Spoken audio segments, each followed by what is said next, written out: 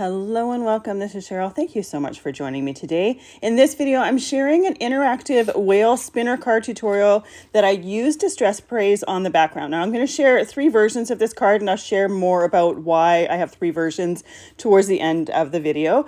I'm using this Oh Whale stamp set from Pajama Crafter stamps. I also have created with this stamp set using alcohol ink. So if you haven't seen that video, I will link it at the end, give you more ideas to use that stamp set with. I'm also using the Wild Ride die set, basically using that channel to create the spinner channel for my whale. And I'm also using the underwater tunnel die set. Now, before doing anything for our cards, we need to create our background. So I have 2 pieces of watercolor cardstock. This is Arch's watercolor cardstock. Any kind will work. You could also use mixed media cardstock for this. I have a Mighty Mister filled with water, and I like to use my Tim Holtz mixed media mat, spray water all over it and on both sides of my watercolor paper and kind of suction my paper down. I find that when I do it this way, it will still buckle and bleed with the water, but it doesn't curl as it's drying. So I have a little bit more control over where I put the sprays and having them stay there. I'm using 2 distress spray colors. I'm using some tumbled glass as well as Uncharted Mariner. And I like using those 2 together because they're the same color tones, but I also love the fact that they blend and bleed together really, really nicely. Now I wanted to add a bit of shimmer to my water. I did have a Mister bottle with some Perfect Pearls mixed with water. My nozzle was clogged. I could easily unclog it. It's just a matter of running it through the water or running it through warm water and spraying it to unclog it. But I didn't really want to wait. I wanted to get everything onto my background so that it could start drying. So I just used the Perfect Pearls dust. I have a fluffy brush. I just dump it or press it into the Perfect Pearls and then tap that brush over my surface. Perfect Pearls are a mica powder that have a binding agent in them that's activated by water. And because we're using a lot of water with this background, it's going to be activated. Once our backgrounds are dried, you're not going to be able to rub it off because that binding agent is activated in there. So I spray my cards until I am satisfied with the look of them, and then I let them dry. I did use a paper towel here to clean off the surface on the outside. If you have paper, you could always dip it into that surface, or you could clean it off afterwards. It's much easier to clean when it's wet. So I just figured I might as well clean it before letting everything dry and having to rehydrate it to do that. So I let those pieces dry overnight. When I do this, I really soak the paper. So there's a lot of water there. So I typically will do it one day and then let it dry completely overnight so that it's nice and dry for when I want to create with it.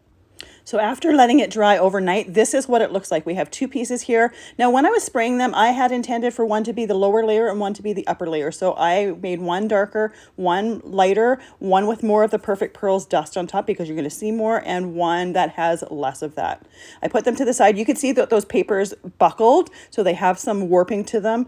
That just happens with water. You could iron them to try flatten them out, but because I'm creating a water scene, I don't mind that. I think it just kind of adds to the look of it. Those 2 pieces, I don't think I mentioned, were 5x7 when I started. I will be trimming them down, but I am going to be creating a 5x7 card with this to have a lot of room for my whale to spin and move.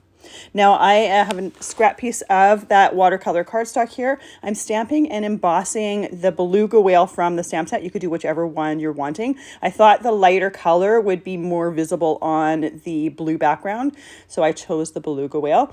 I am heat embossing it with some Lost Shadow Distress ink. I did it on watercolor cardstock so that I could watercolor that image. You could do it on regular like hammer mill cardstock or whatnot and color the image if you prefer. I just thought the watercolor on the whale would work well with that background. So I have a water brush here, and I'm just watercoloring it with some Lost Shadow Distress refill as well as some Hickory Smoke refill. I love watercoloring with my distress refills because it gives them a second use. These are intended for re-inking your stamp pad, but anytime a product has more than one use, to me it becomes a lot more valuable. They're great to watercolor with. The colors are nice and bright, but depending on how much water or how little water you add to it, you can get a really large range of color tones from those distress refills. So I'm going to set that aside to dry while I'm stamping and embossing my sentiments. So the sentiments I'm using are from the Oh Whale stamp set. The first one I'm stamping and embossing says Feeling Under the Sea, and I'm going to stamp and emboss it with some black embossing powder. You can see on that piece of scrap paper there, I did try it with the Lost Shadow, but it just really got lost on that cardstock. This is just a scrap piece of hammermill cardstock. You could use whatever your favorite white cardstock is. I just wanted a nice bright white to go on my blue background, and like I said, I found that the Lost Shadow on that white just was really too pale. Another option here would be to do like a tumbled glass or Uncharted Mariner Distress Glaze on there to match the colors of the blues in the water. I ended up just going with black because it's nice and basic. I had it on my craft desk. Once I have that embossed, I let that cool for a few moments, and then I use my trimmer to trim that down nice and close. And then I go and take a scrap piece of black cardstock to mat around it so that it is nice and bold on my background. So when I'm trimming with my trimmer, I will regularly use that clear guard there on the right hand side of it. I will look there, look for the edges of my sentiment and make them lined up, trim them, flip them over, and then I will do the same thing, but I will also look at the other side, the metal ruler part. I will make sure that it's nice and even and straight on there. That's how I tend to trim things down. I'd go eyeball with a lot of things. You could, if you want, trim it down first, and then for the mat, measure it, and then measure a mat around it before gluing it down to that. So for my pieces here, like I said before, they were 5x7 when I started. I want the darker piece here to be trimmed down to 4 3/4 inches by 6 3/4 inches. So I'm taking 1/8 of an inch off of all 4 edges. When I trim things down like this, especially when I've used sprays, I like to trim all 4 edges. Sometimes you get a little bit of a mark on some of the edges, and unless I really love that mark and it's going to go well with the look that I'm going for, I will trim all 4 edges to make sure it's nice and even. For that second piece, I trimmed that down to 4.5 inches by 6.5 inches. So I took about 1/4 inch off of all 4 sides. Now, because that cardstock had warped from the water, when I'm trimming it down, I'm making sure it's along that border on the top of my trimmer. I also take a look at the lines on my trimmer, the grid on my trimmer, and make sure that it's straight there. Especially when you have something that's warped and stuff like that, you want to make sure that everything stays nice and straight. For the darker piece, I'm going to use the die set from the Wild Ride die set, and for the lighter piece, I'm going to use the largest size of the dies from the Underwater Tunnel die set. Before die cutting them, I did place them on the pieces there, or on those cardstocks there, and use a little bit of Best Ever craft tape in order to tape them exactly where I wanted to, so that when I die cut them, I knew they weren't going to move and shift on me. And that Best Ever craft tape is kind of like Post-it note tape. It's a little bit stickier than that, but it sticks really nicely, but you can easily take it off that background without it affecting that background there. So now that I have my 2 pieces here trimmed and ready to go, I am going to fussy cut my whale. Now it would be great if there was a die set to go with it, but it's a nice easy shape. So I use some detail cutting scissors in order to fussy cut around that embossing. So I'm going slightly outside that embossing. I have my scissors angled underneath that piece there. And as I'm doing this, my scissors pretty much don't move. They might go back and forth a little bit, but I'm moving the cardstock. I'm not moving my scissors. And that's the secret to fussy cutting, is moving the cardstock, not the blade of the scissors. If by chance there's an area that I have a little bit too much cardstock to, I can easily trim that off with those detailed scissors as well.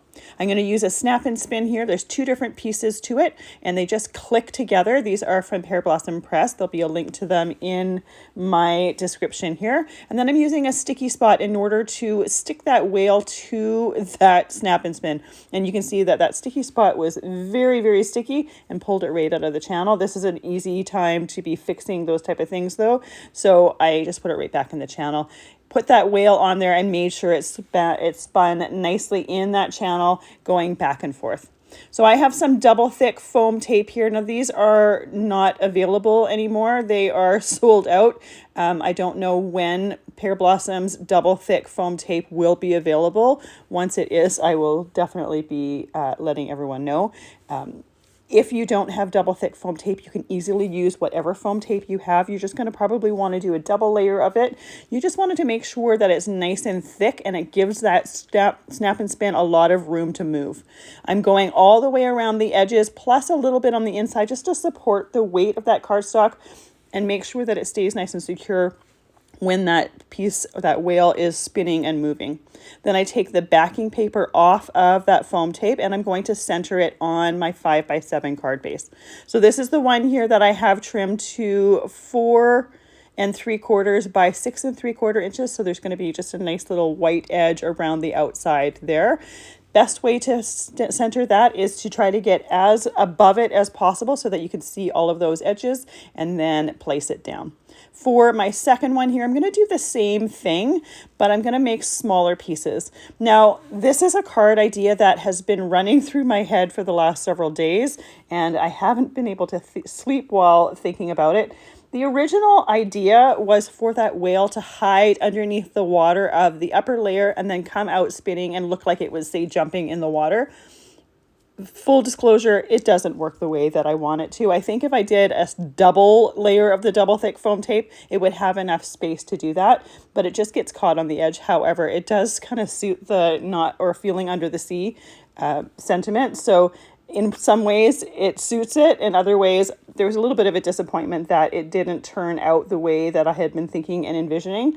But sometimes you have to try these things in order to see that you've missed a step or there's something that doesn't work. The other thing too is that whale is too large to hide under that piece. There was no space for it to hide under there.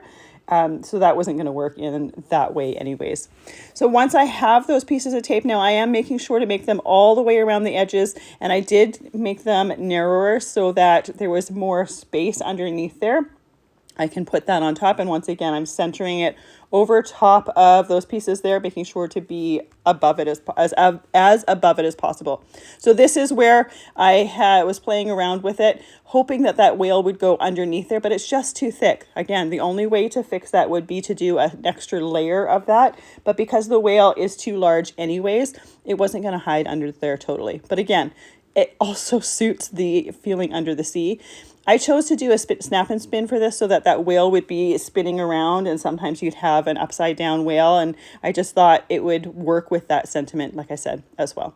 So after doing this, I pondered on what I could change on this card in order to make it work a little bit better. And don't get me wrong, I really like this card, and I think it's funny that it gets stuck on the side because, like I said, it suits that sentiment. So while I was pondering this, I was doing or creating the sentiment for the inside of the card. There is a sentiment in that Oh Whale stamp set that says "Get Whale Soon," and I just wanted to put that on the inside. Now, I will typically on the inside of cards either just stamp them with plain ink. I don't typically emboss on the inside of cards simply because sometimes when you emboss, you get that cardstock warping from the heat of the embossing gun. So if I want embossed sentiments on the inside, I will typically do it on a separate piece of cardstock, trim it, and then put it on the inside. And that's what I'm going to do for this one here. So I'm using that same scrap that I was using for the first part of the sentiment.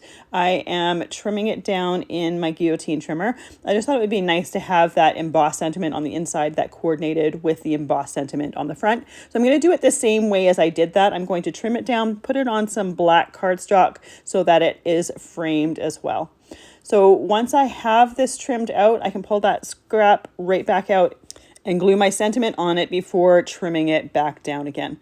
For the sentiments, I'm using Barely Art glue. I have it in a fine line bottle, so I can use as much or as little as I want. This works perfect for assembling die cuts as well as things like this, like sentiments, or even assembling cards. I'm not obviously using it for assembling this card for the most part because I'm using that double thick foam tape. So when I glued my sentiment onto this black piece of cardstock, I had it an even amount around two of the edges. So when I go to trim the other edges, I'm trying to make the mat around it the same as that there. Now, as I was cleaning up, I decided this piece here that was cut out of the front of the card, there was no point in wasting it. I could save it for another project, but realistically, I'll probably forget it exists and it won't get used. So I thought it made sense to use it on the inside of the card.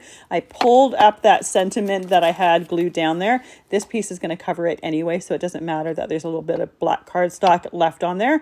Glued it down and then put that on the inside. So that piece got used, and it's not going to waste in a scrap bin. So here is the final card with that first one there, with that extra piece on the inside of the card, as well as the sentiment. And when you look to the side, you can see how the water and the watercolor cardstock totally does warp that cardstock there. And again, I don't necessarily mind it for this particular theme because it's water and waves have those warps to them, but you could try to iron it to have it a little bit flatter if that is something that bothers you. So one of the ways I decided to change up this card is by removing that upper layer. So by removing that upper layer, I don't have those pieces for the whale to get caught on. The only thing with this is I found the card looked a little bit too plain for me. So I like it like this. The whale moves really, really well, but I did find that it just looked a little bit more plain, with, especially after seeing it with that upper layer on there. But you can see that that whale moves a lot better. Another option here would be to use a rectangle die set and create a frame to go around the outside edge, just to add a little bit of extra framing detail to it.